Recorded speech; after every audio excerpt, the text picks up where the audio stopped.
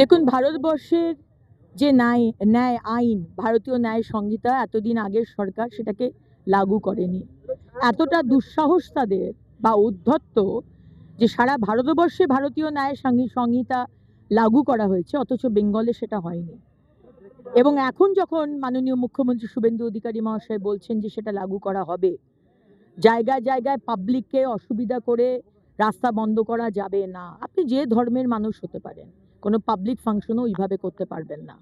আপনি pollution level যেটা allowed তার উপরে আপনি মাইক বাজাতে পারবেন না। আপনি হিন্দু হতে পারেন, মুসলিম হতে পারেন, শিখ হতে পারেন, আপনি ব্লাড ডোনেশন ক্যাম্প করতে পারেন, ডিজে বাজাতে পারেন, কিন্তু which is allowed by the মানে আইন শৃঙ্খলার দিক থেকে ততটাই আপনাকে করতে হবে। এখানে ধর্মের রাজনীতি যদি কেউ করতে চায় সেটা অ্যালাউ করা হবে না। এবং পুলিশ টুটো জগন্নাথ হয়েছিল 15 বছর, এখন কিন্তু পুলিশকে সেই হিসেবে আমরা টুটো জগন্নাথ হয়ে থাকতে দেব না। সবার জন্য যেটা নিয়ম সবার জন্যই লাগু হবে।